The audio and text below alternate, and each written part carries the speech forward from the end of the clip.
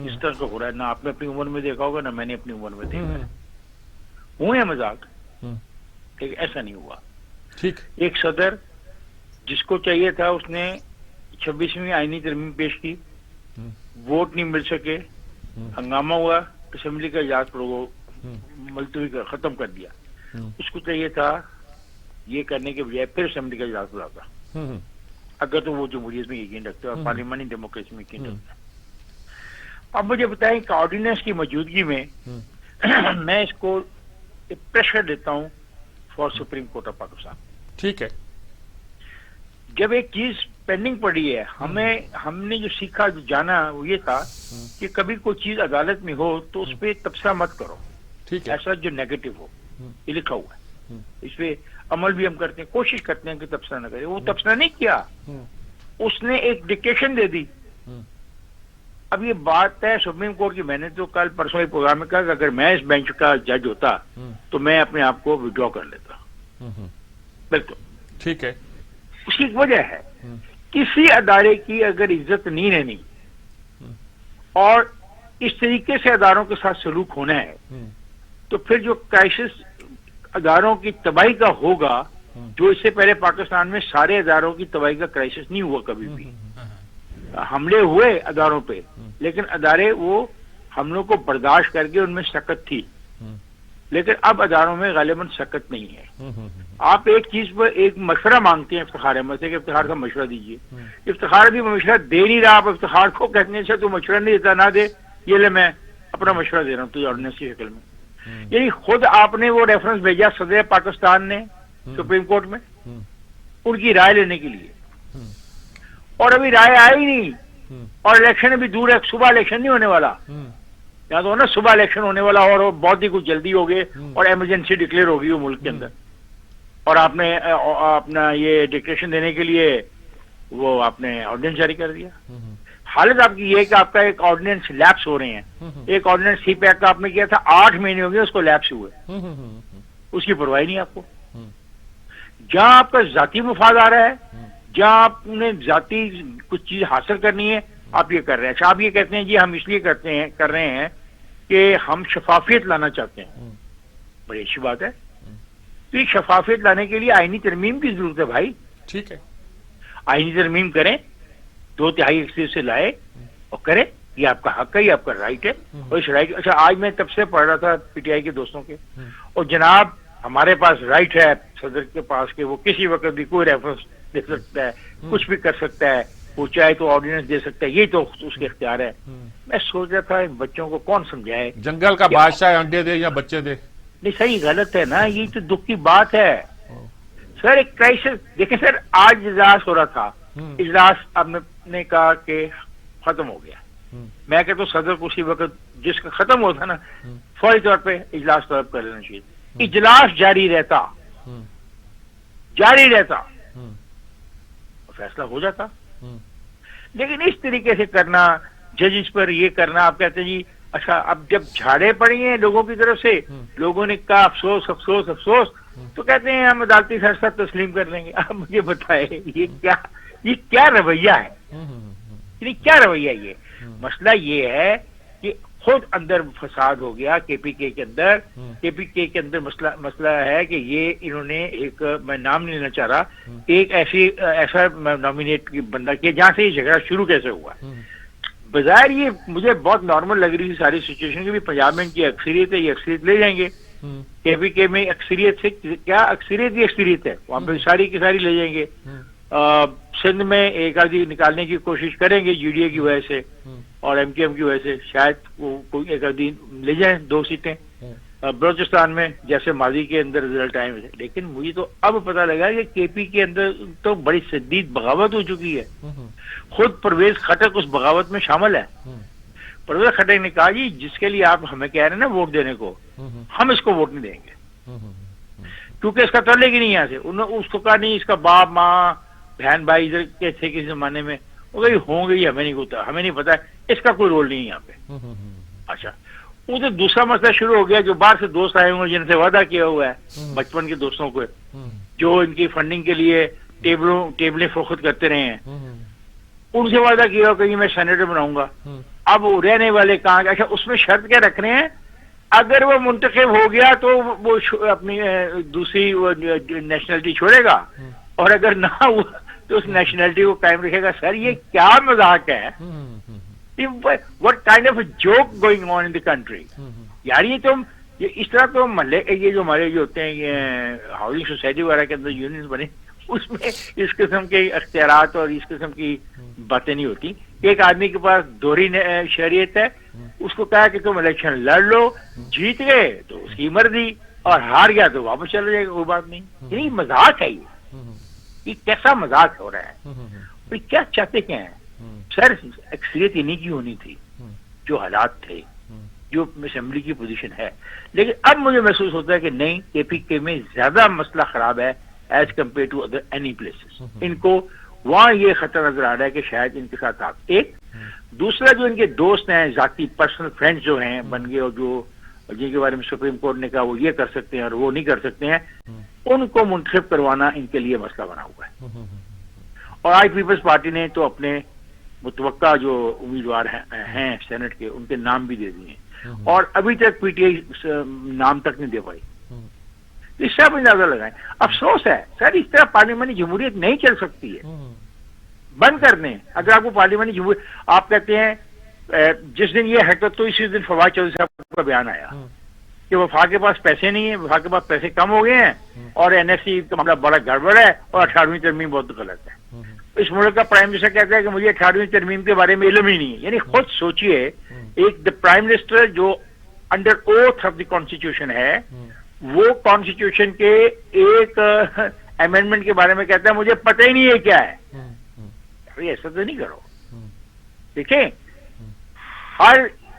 یہ آپ فٹ بال میں کھیلنا چاہ رہے ہیں، یہ فٹ بال میں ہاکی کھیلنا چاہ رہے ہیں، ہاکی میں آپ کرکٹ کھیلنا چاہ رہے ہیں، کرکٹ میں والی بال کھیلنا چاہ رہے ہیں، پہلے فیصلہ کریں آپ کھیلنا کیا چاہ رہے ہیں. اس پارلیمانی جمہوریت میں آپ کو پسند ہو یا نہ ہو، اس کے کچھ قواعد و ضوابط ہیں. ابھی تک آپ ان کو توڑنا چاہتے ہیں تو جرأت کریں نا کہ ہم نہیں مانتے اور ہم ان کو توڑ رہے ہیں. پھر جو ہوگا پھر دیکھی جائے گی. لیکن اس طرح نہ کریں کہ کبھی آپ فٹ بال کھیلنا شروع کر دیں، فٹ بال کھیلتے کھیلتے اب ہاکی کی بات کرنی شروع کر دیں.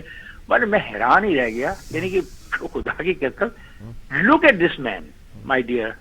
پرائم منسٹر صاحب نے کشمیر کے بارے میں کہا کہ آؤ ہمارے ساتھ پہلے شامل ہو جاؤ اور پھر تم بعد میں آزاد ہو جاؤ.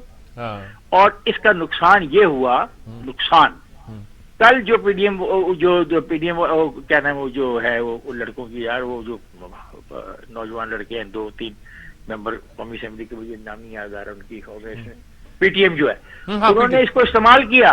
انہوں نے کہا بالکل بہت خوبصورت پرائم منسٹر صاحب، تو پھر یہ ہے کہ ہمیں بلوچستان اور خیبر پختونخوا کو بھی علیحدہ ہونے کا حق ہونا چاہیے.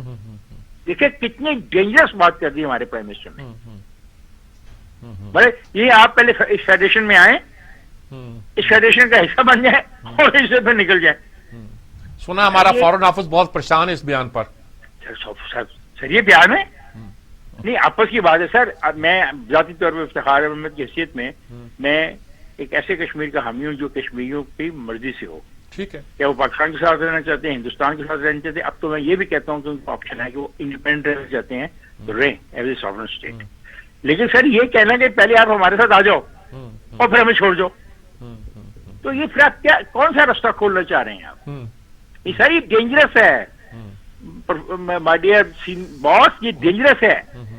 یہ تو آپ پھر کانسٹیٹیوشن کے اندر جو پیرامیٹرز طے کیے گئے ہیں کسی ریاست کا، کسی چیز کا آپ کے ملک میں شامل ہونا، تو جب آپ کے ملک میں شامل ہوگی تو پھر آپ اس کو یہ اختیار دے دیں گے کہ وہ چلا جائے. تو پھر جناب جو لوگ آپ کے ساتھ شامل ہوئے ہیں 1947-48 کے اندر، پھر وہ کہیں گے ہمیں بھی یہ اختیار دو کہ ہم جہاں مرضی چلے جائیں. ٹھیک ہے، ٹھیک ہے. تو پھر کیا کریں گے آپ؟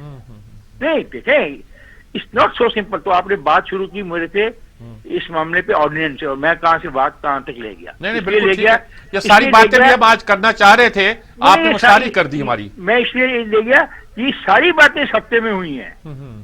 یہ ایک ہفتے کی کارروائی ہے. ٹھیک بات ہے. پتہ نہیں کون ایڈوائز کر رہا ہے، کیوں ایسا ایڈوائز کر رہا ہے. ایڈوائز کرنے والے جان بوجھ کے لیٹ ڈاؤن کرنا چاہتے ہیں عمران کو. بہرحال عمران کے ساتھ لوگوں کی امیدیں وابستہ تھیں،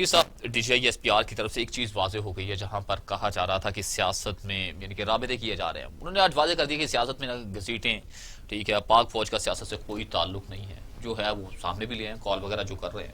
یہ کیا کوئی کہیں پر کوئی پریپوگنڈا تو نہیں ہو رہا؟ اس طرح کی وضاحتیں فوج کی طرف سے کئی بار آ چکی ہیں کہ فوج کا کوئی سیاست تعلق نہیں ہے. بالکل عام طور پر اس سے اس طرح مسترد کر دیا جاتا ہے کہ 4 مارچ چلا اس کا ثبوت ہے کہ تعلق رہا ہے. اب یہ کہا جا سکتا ہے تعلق رہا ہوگا اب فوج اس راہ پہ نہیں چلتی. اچھا اس میں ہوتا یہ ہے کہ طرح طرح کے پھر باتیں آتی ہیں قیاس رائیاں ہوتی ہیں. ہماری سیاسی حکومت کہتی ہے کہ ہم سیم پیج پر ہیں. سیم پیج سے لوگ دوسرے معنی لیتے ہیں. اچھا میں ان باتوں پہ نہیں جاتا کہ جو لوگ بہت سی باتیں کرتے ہیں لیکن یہ بات کہنا آج بلاول نے کہہ دیا ہم بھی یہی چاہتے ہیں کہ فوج کا سیاست سے کوئی تعلق نہ ہو. ہم تو گویا سیم پیج پر ہیں. اس مسئلے کو کسی سالڈ طریقے کے ساتھ سالو ہونا چاہیے.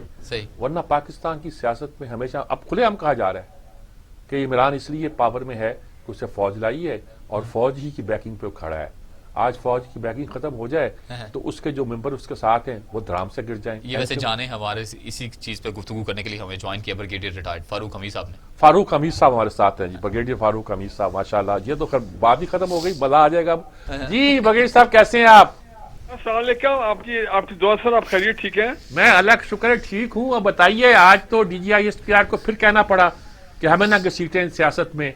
تو یہ جو سیم پیج چلتا جاتا ہے اور تاثر ملتا ہے کہ امپائر کی انگلی کھڑی ہو جانے سے شروع ہو کر یہاں تک پہنچا ہے تو کیسے کریں؟ وہ تو اپوزیشن بار بار کہہ رہی ہے کہ یہ ہٹ جائیں تو پھر وہ ایک دن نہیں کھڑا رہ سکتا پالیٹکس میں. کیا کہیں گے آپ کیسے مسئلے کا حل کیا جائے؟ دیکھیں میر صاحب پہلے تو بات یہی ہے جس ابھی آپ نے 1 منٹ پہلے یہ کامنٹ کیا اور آئی ایگری ود یو کہ 30-32 سال تو پاکستان میں ملٹری رول رہا ہے پچھلے 72 سالوں میں اور اس کی وجہ سے ظاہری بات ہے کہ فوج کے بڑا سخت انوالومنٹ رہی ہے سیاست میں بیکاز اس کے بعد پولیٹیکل گورنمنٹس بھی آئی ہیں مثلا خاص کر جنرل مشرف کے دور میں تو پھر بعد میں کیو لیگ بھی بنی آپ کو پتہ ہے اور ملٹری رول کے اندر ایک پولیٹیکل ایک سیٹ اپ تھا وہ چلتا رہا. دوسرے چیز یہ میرا خیال ہے یہ زیادہ مسئلہ کھڑا ہوا ہے یہ پچھلی الیکشن میں کہ پچھلے الیکشن میں مجھے اچھی طرح یاد ہے 2018 کی الیکشن میں یہ باقاعدہ یہ آیا تھا الیکشن کمیشن آف پاکستان کی طرف سے کہ جناب آپ جو ہے فوج آپ اندر ہوں گے پولنگ اسٹیشن میں تاکہ گڑبڑ جو نہ ہو جو کہ 2013 میں جو معاملہ ہوا پھر تحریک چلی گی پی ٹی آئی والوں کی. تو اس میں فوج اندر تھی اور پھر الزام لگایا گیا کہ جناب وہ آر ٹی ایس سسٹم تھا وہ کیوں بند ہو گیا یہ ہو گیا تو بڑے شکوک و شبہات کریٹ کیے. حالانکہ پیپلز پارٹی جو ہے وہ سندھ میں آپ کو پتا ہے وہاں پہ تو کوئی ایسا R T S system fail نہیں ہوا وہاں معاملہ ٹھیک چل رہا تھا. اور یہاں پہ مجھے اسی طرح یاد ہے کہ ان سیٹس پہ جو عمران خان نے خالی کی تھی وہ اپنا پی ایم ایل این کے لوگ جیت کے تھے خاص کر ڈی ایچ اے کی سیٹ جو ہے خواجہ سعد رفیق. تو میرا کہنے کا مطلب یہ ہے کہ اس سے یہ مسائل کھڑے ہوئے لیکن ہمیں یہ بھی ذہن میں رکھنا ہے کہ ایک ایسا بھی دیکھیں میں اس کو اس طرح سے دیکھتا ہوں کہ فوج یہ کہہ رہی ہے کہ جیسا 2014 میں کیا ہوا دھرنا ہوا اسلام آباد میں عمران خان اور ڈاکٹر قادری صاحب کا حالات جب خراب ہو گئے تو پھر ان کو کہا گیا فوج کو اور کہ جناب جنرل آرمی چیف کو جس پہ کنٹروورسی پہ کھڑی ہوگی کہ جناب معاملے کو ریزالو کریں جس پہ انہوں نے دونوں کو بلایا. پھر فوج انوالو ہوگی ان 2 سیاستدانوں کے ساتھ اور باقاعدہ ملاقاتیں ہوئی جس میں ڈی جی آئی صاحب بھی اس وقت کے شامل تھے. تو جو بعد میں پھر فوج نے کہا جی ہمیں تو کہا گیا تھا آرمی چیف کو پرائم منسٹر نے تو ہم نے تو اس لیے اس پہ عمل کیا. تو کہنے کا میرا مطلب یہ ہے کہ پھر ایک اور مجھے یاد آ گیا تحریک لبیک کی جو فیض آباد میں جو دھرنا ہوا تھا اپنا لیٹ علامہ خادم رضوی تو اس میں بھی اگر مجھے یاد ہے کہ باقاعدہ D G I S I جو اس وقت میجر جنرل فیض حمید تھے ان کے کاؤنٹر سگنیچر تھے وہ 8 پوائنٹ ایگریمنٹ جو ہوا ٹھیک ہے. تو جب اس پہ شور پڑا تو پھر یہ پتہ لگا کہ جی ان کو تو باقاعدہ حکومت کی پرائم منسٹر آفس کی طرف سے آرڈر تھے یا مطلب جو بھی تھا انسٹرکشن کہ آپ اس دھرنے کو وائنڈ اپ کرانے میں ایگریمنٹ میں آپ اپنا رول ادا کریں. سو موسٹ ریسنٹ کیا بات ہوتی ہے کہ ہمارے جو محسن زبیر صاحب ہیں ان کی جنرل آرمی چیف سے ملاقات ہوتی ہے کئی گھنٹے کی اور وہ زبیر صاحب کہتے ہیں نہیں جی ہمارا تو ان کے ساتھ خاندانی تعلقات ہے کیونکہ زبیر صاحب کے فادر جو ہے وہ بھی ایک مطلب میجر جنرل تھے جی میجر جنرل تھے فوج میں. اسد عمر کے فادر یہ. تو وہ اس میں پھر بات آ گئی کہ جی پھر یہ کیوں سیاستدان جو ہیں کیوں مل رہے ہیں. پھر اگر آپ کو یاد ہو میر صاحب پی ایم ایل این کے دور میں 90s میں خبریں بڑی کلیئرلی اخباروں میں چھپتی تھی, میں نے خود دیکھی پڑھی ہیں کہ جناب شہباز شریف اور چودھری نثار جو ہے وہ رات کی تاریکی میں بھی فوج سے ملتے رہے جا کے. سو یہ روابط اور یہ کانٹیکٹ یہ تو ہوتے رہے. اب لیٹسٹ معاملہ آیا دورانی صاحب کا.